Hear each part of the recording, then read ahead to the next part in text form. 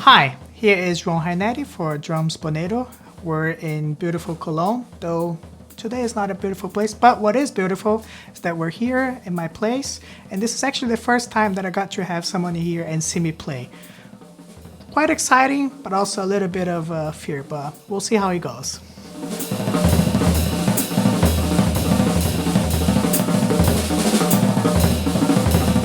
Alright, so I was born in Brazil, actually born and raised until I was 17. My mother played the piano. She was actually for a time a concert pianist back home on her early ages. But I still got to grow up in this whole classical music, especially like Rachmaninoff. And I came to drums like when I was 13. Not too late, but for some people, not as early as some other drummers we know out there. And I started right away with lessons, so I never got in contact with drums. And I remember the first lesson that I got into the room and I saw that there were pedals in the drums. And I asked the teacher, wait, bro, so we mean to play this with our feet as well? Because at that point, I didn't even know, because I only seen drummers, I didn't even know we're supposed to use feet as well. So that was a whole thing. 4 years in, I was already gigging and subbing out for my teacher back then, who I was living with, just so I could get more practicing in.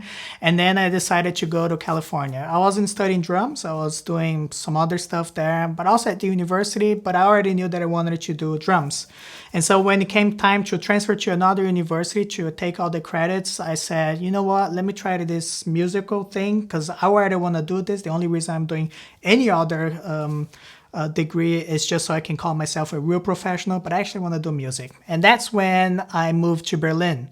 So I came here, to Germany. So I came here when I was 19, and it was just for music. I wanted to get integrated to the scene, know a little bit more about the avant-garde Berlin scene. I already knew a little bit of stuff that was happening here, but once I got into the city and started playing out, that was back in 2011. And then eventually I got into the university in Dresden, so I was going back and forth between the cities because I thought it was a really good advantage to be in Berlin for the scene and not really on a smaller city, though there is a scene there as well.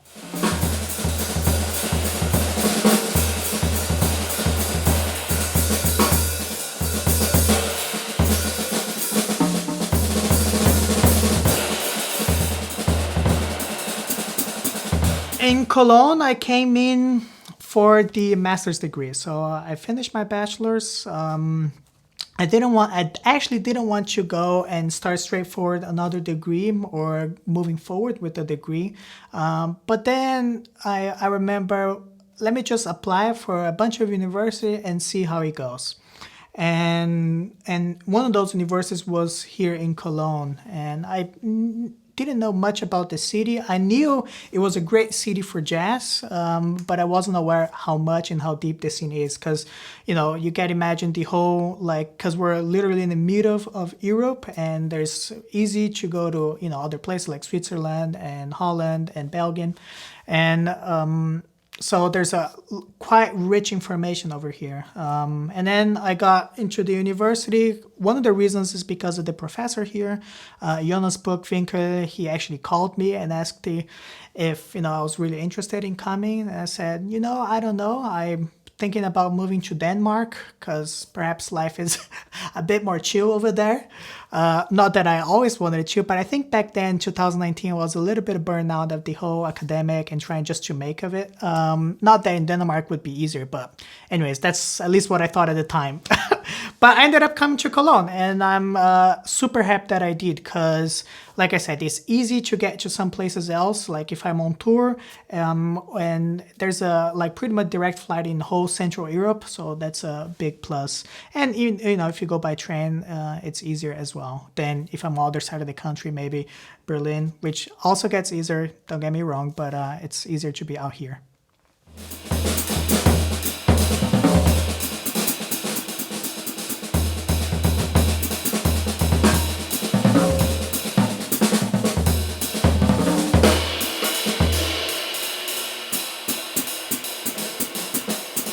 Back in the days when I had a chance to start on Instagram super early, like we're talking perhaps like 2015 or something, I was completely averse to the whole idea of being out there for the world to see me.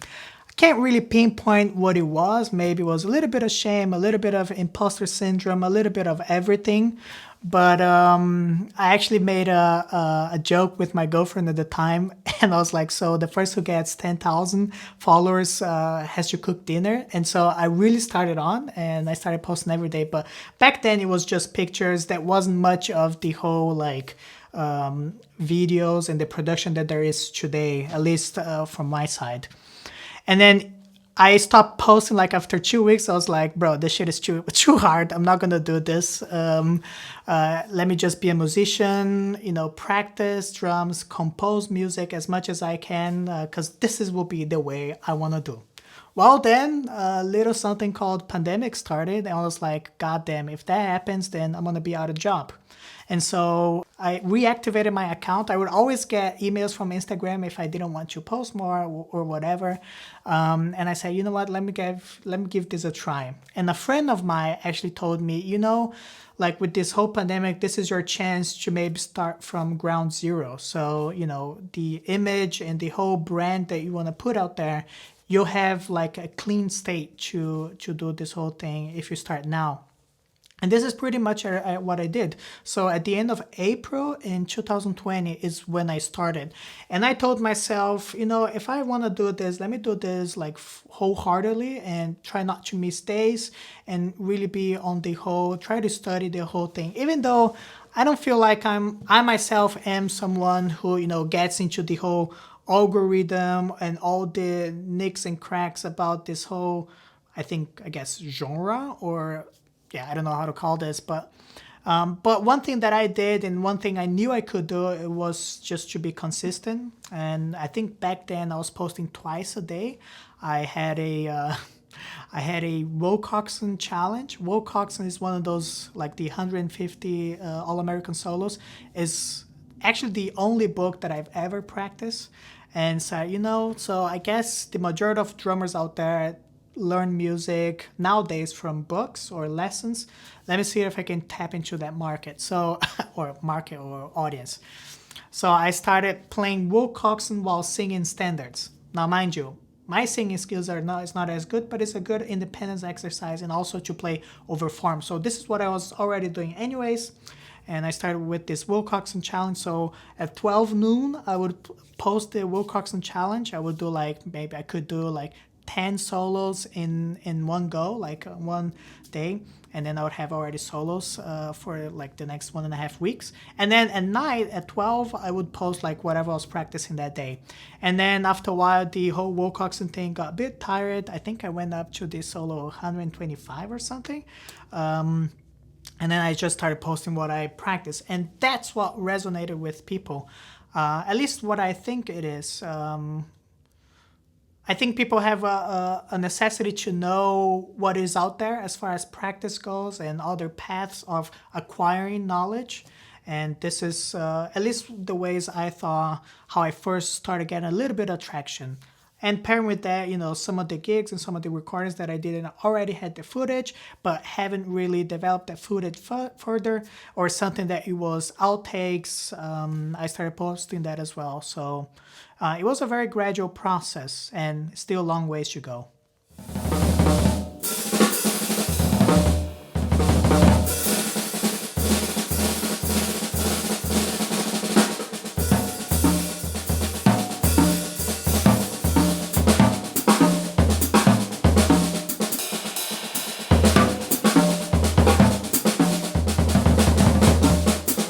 I think it was at the very end of 2021, so almost 2 years in, I started noticing that I could potentially, not at the time, but I could potentially live off just teaching or, the gigs that I was getting through or in and around Instagram, mostly teaching. Even though I don't advertise teaching, for some reasons that I can't really explain. Not because I don't want to, but it's just because I really can't. I feel like there's some sort of purity in just doing what I'm doing. and not really being the guy, hey, so do you want to have a lesson? I don't vibe with that. I'm more like, if you want to come, just people reach out to me and ask. Most all of them ask if I teach, because I think they think that I only do like gigs, but I do teach. And then finally on mid 22, I already knew that I could quit all the jobs that I had, like side hustles, side jobs, or even teaching at music schools, and only live off of teaching people that reach out to me. And that was a big plus because it freed me up and it got me thinking what it is that I can also do. So as of now, I'm only on Instagram. Perhaps that whole tunnel mind thing still has to be a bit dissolved. But I'm thinking what it is the next step, and with directions as far as brand goes, I want to take. There's a bunch of music that I recorded over the years that haven't really seen the light of day, and perhaps this is a good way to introduce them to the world.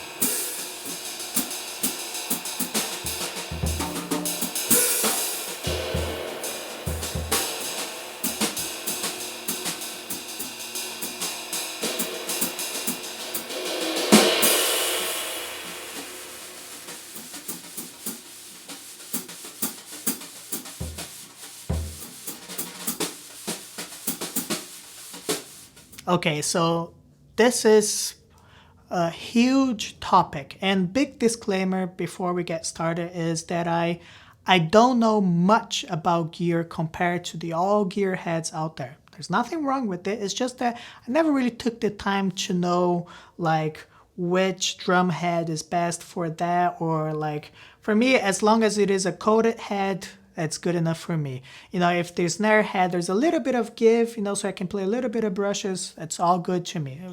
As a jazz drummer, what at least I feel the scene that I'm involved with is one that we don't have the luxury of riding our kid around. So, we get to the gig and we don't have that much time. So it is what it is. Like today, the only thing that is mine is my stick and brushes and my ride cymbal. So everything is sort of put together. And we even got lucky because it is the same brand of toms. If you were here yesterday, you probably see like a whole different setup. And it's pretty much how it is on the job. We get to a gig and we see like maybe a rock kit in there. So one of the ways that I do is, I also don't know much about tuning, but I have a good feeling, a good ear. So what I do, I put everything up, I tune everything very high, and then I start coming down. Because I at least from experience, I noticed that it is harder to tune a drums well on a higher range. So if I can get the drum to go to the point that it chokes, then I can start coming down and seeing where it is that the drums accepts to be.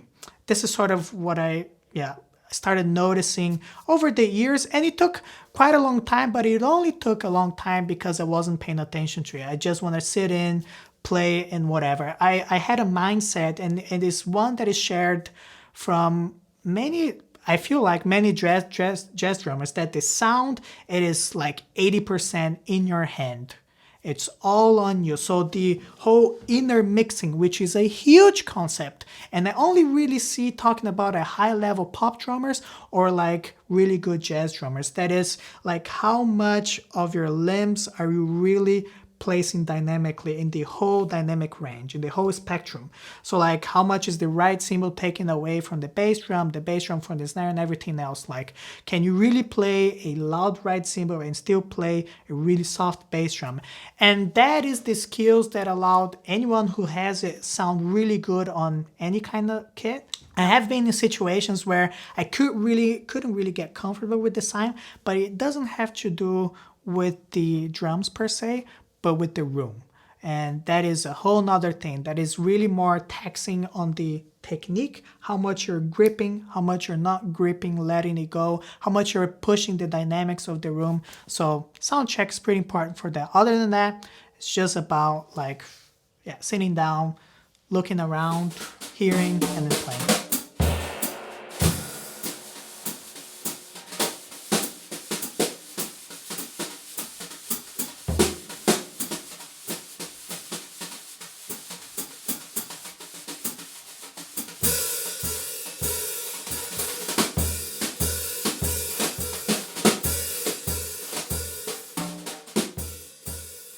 So the thought process going into a gig, if I already know the music, like I have a good idea of what the music is gonna be, then I will take cymbals, because this is mostly what I take. Like my breakables is not like pedal, snare, and cymbals. My breakables are only cymbals and sticks. Then I'll try to see, like, is there a lot of ballads in the program, like the repertoire? Is it more like avant-garde, very fast music? Then I'll take cymbals that don't last really that long. I usually take two cymbals, two ride cymbals, and a hi-hat. Hi-hat, I don't care. It can be whatever, but usually two ride cymbals. And most of the time for the music that I've been doing for the past 5 years, I take two 22s. I'm a fan of big cymbals, but actually I only own two 20s and a bunch of 22s, so it's pretty much what I take in there. And if I know the place where I'm going, then that trumps what I'll take for the music. Because if the music is sounding good in the room, then the music will sound nice. It doesn't matter if I take cymbals for the music and then the room sounds shitty, then everything will crap out. So if I know I'm playing here in Cologne, some of the clubs that I've already played, then I know what kind of cymbals. Like perhaps I'll take a 20, perhaps I'll take, if a room is a very dry room, then I know it can compart a switch cymbal or something that longs less. So this is definitely my thought process. So first room and then music.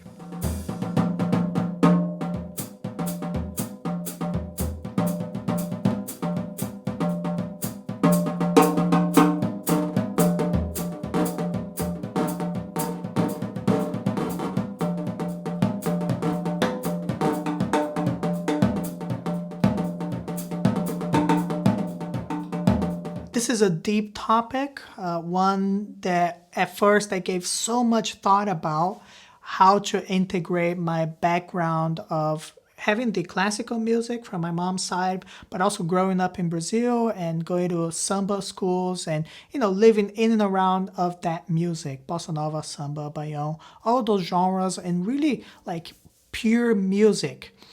Now, though this is a background of mine, I'm not known as a Brazilian music player. In fact, like, I think I can count in two hands how often I play this music in 1 or 2 years. It is that difficult for me. Maybe it's a imposter syndrome thing. I don't really play that much Brazilian music. Since there's a couple Brazilian players here in Berlin, I've been getting to this more and more, and it's really interesting. But for that whole baggage of my background to sort of bleed into my jazz, I think I'll have to explore more playing this music live with others. I don't think I'm at the point where I can notice some sort of original take into the fusion between Brazilian music as it is played nowadays and how I play jazz, how I play swing or modern jazz.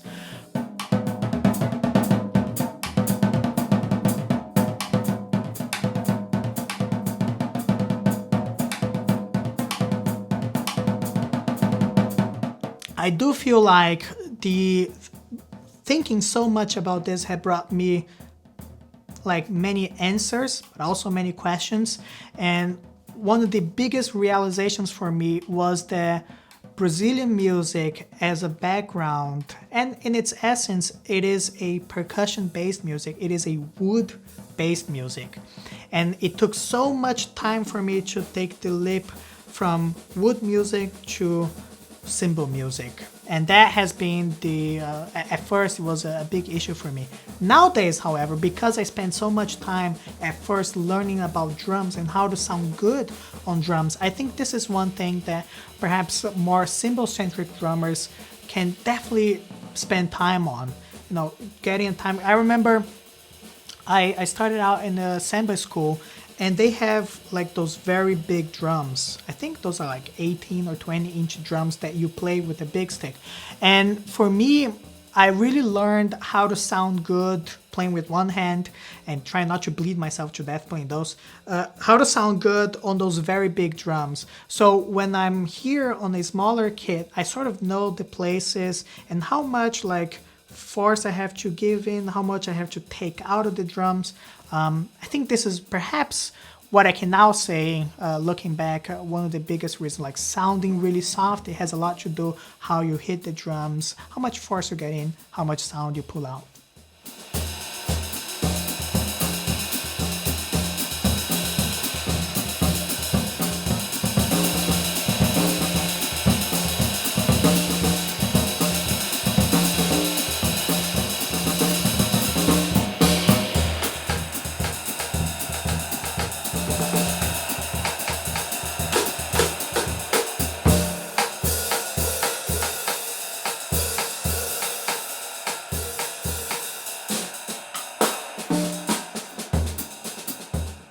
The thing I noticed in my own journey trying to just survive in this music is, even though I try to approach this as very structured, or as structured I could be. So I remember I still have a drum diary that I fill out every day, and I've been having those, I think, for 15 years now, which is one, this is the first tip right there for you.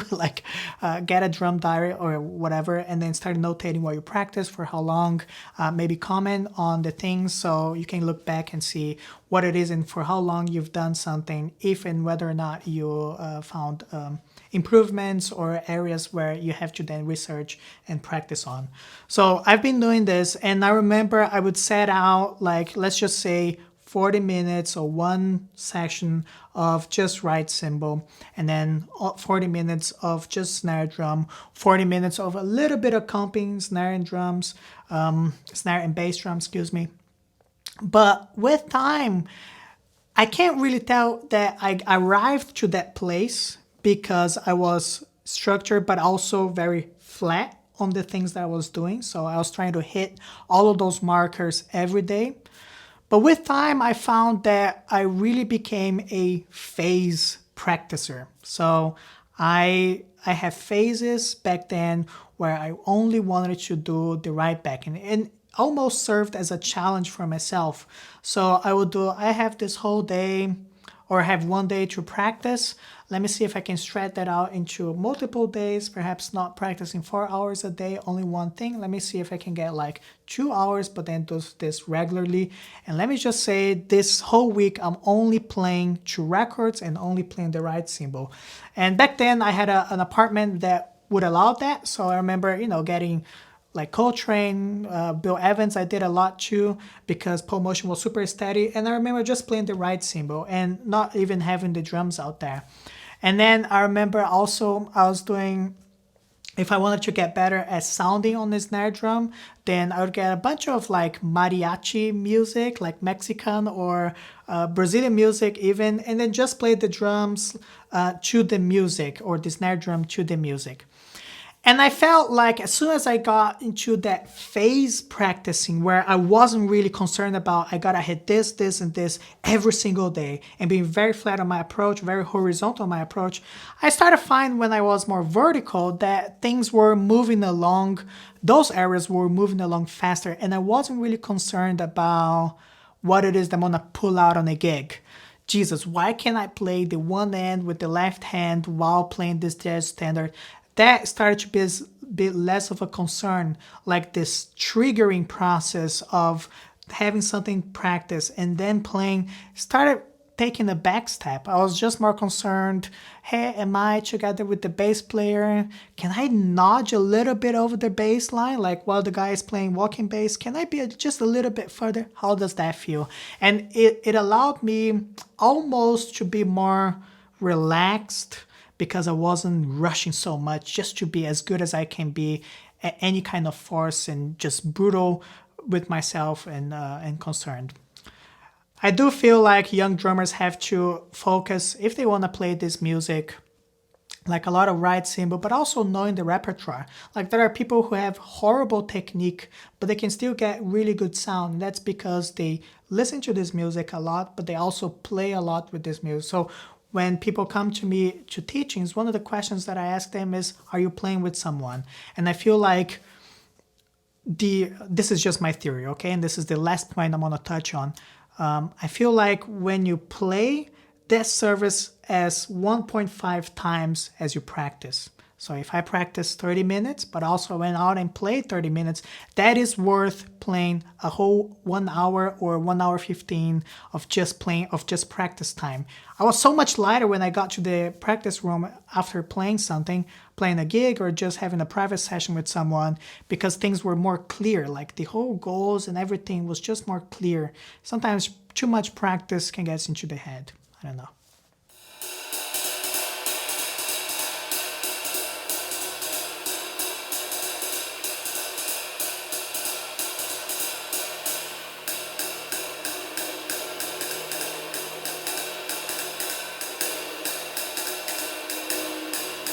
Going back to the whole playing to a room thought, like sometimes you'll get into a room where it doesn't support too much of a loud music. That's why playing really soft on drums is a skill that I always work on.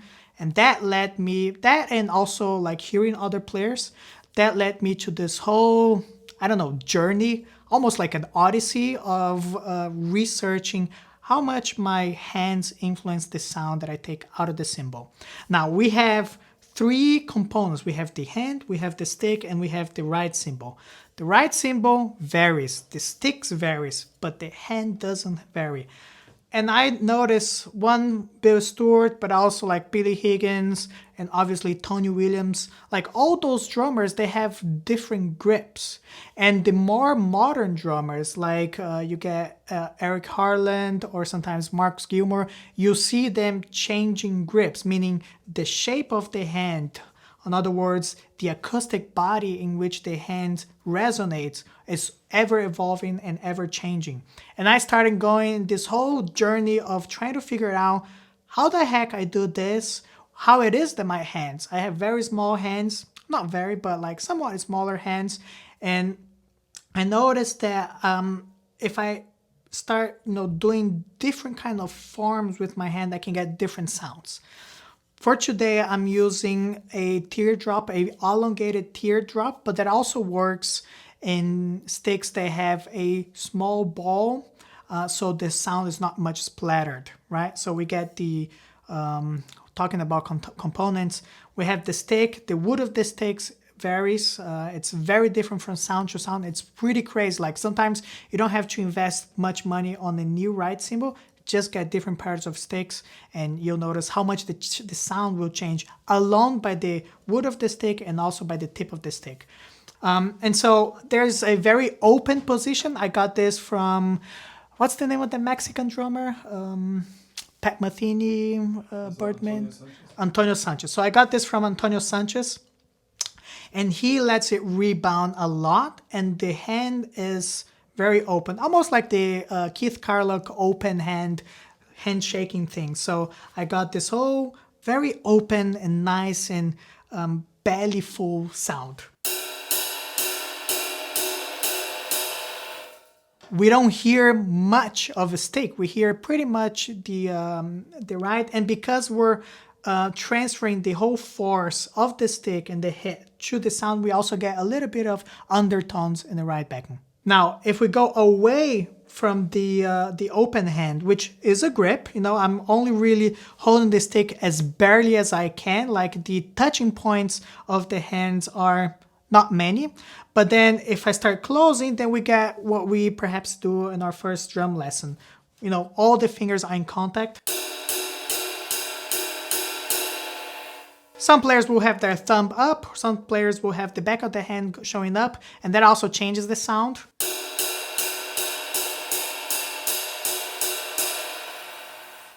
There is less force transferring to the right cymbal, so less undertones. Now, we can really start hearing differences when we start really closing the hand and letting the stick resonate out of the hand. And this is what I started with, the Bill Stewart grip. So it's almost like holding a clave. So when you do it like this, the resonating body almost created a acoustic amplifier with your own hand. So you go from this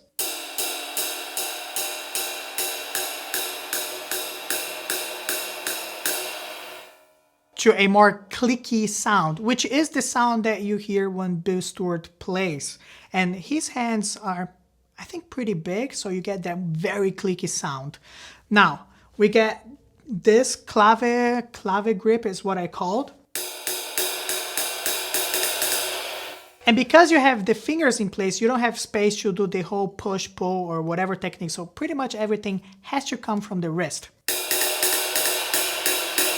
And it's really interesting because if you start playing this soft and then opening up, you can actually hear how the cymbal also opens up because you're transferring more force to the cymbal. More undertones are getting in there.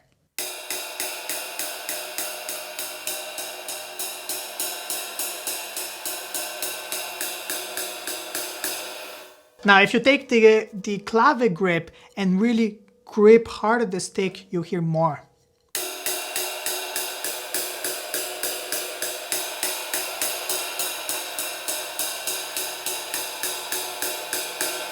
And there's the point of the angle in which you hit, because if you really hit with the tip, there's less area where you're able to transfer force to the cymbal.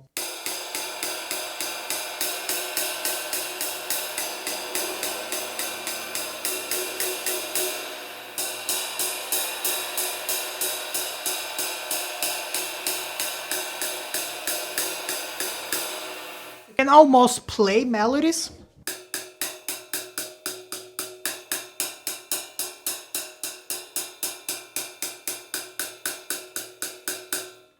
But then I started looking into like trying to get both worlds, the open-handed grip, like the handshake Keith Carlock thing, but also doing a little bit more and also trying to get this as soft with a little bit of leverage. So I started working with the two grip thing. So I know it's super unconventional, but it's whatever. So I really grip the stick with these two fingers and then the other two are over here. So I'll go.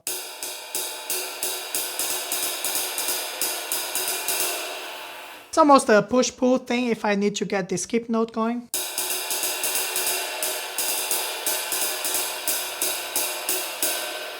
And there's more force going into the cymbal.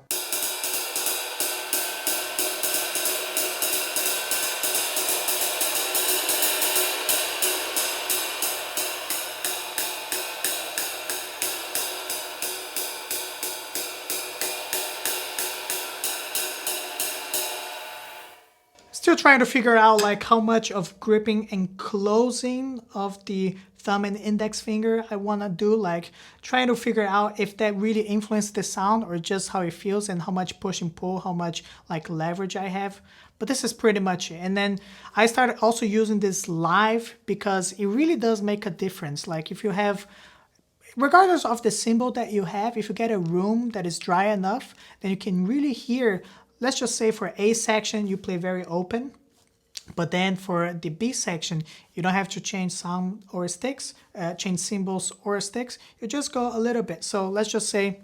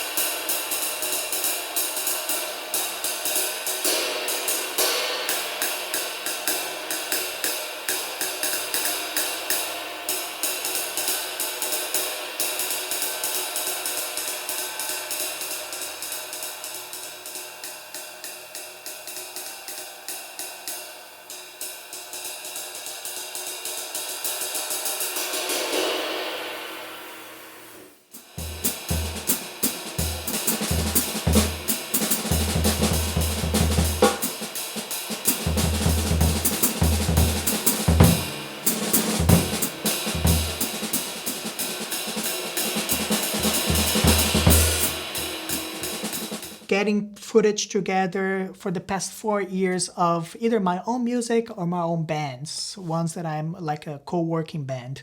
And this is for the plan for this year, at least a setup to get this music out there. This is very important to me. I don't really care about building the social media empire, whatever that means, because not really an empire, but I think you guys know what I'm saying. Right now I'm only focused in trying to get this music ready and the whole like merchandising around the music. So it's not only to have the music, but also how I'm gonna get this over to the public out there. Is it gonna be over Instagram? Will that be a plan? Will that be like multiple videos and that kind of stuff? So like the whole marketing and planning behind of releasing music. And like I said, I have like about 5 or 6 of those. So I really want to pace myself in doing so just so I don't burn out the audience. And also I've been writing a lot. So I spend maybe like 3 or 4 hours here, but then I'll go home and compose a lot. I've been envisioning so many lineups that I want to write for. On the whole pandemic thing, I wrote so much music and there's so much backed up that it's just a matter of getting to the studio, getting money to get into the studio, and then putting this out there.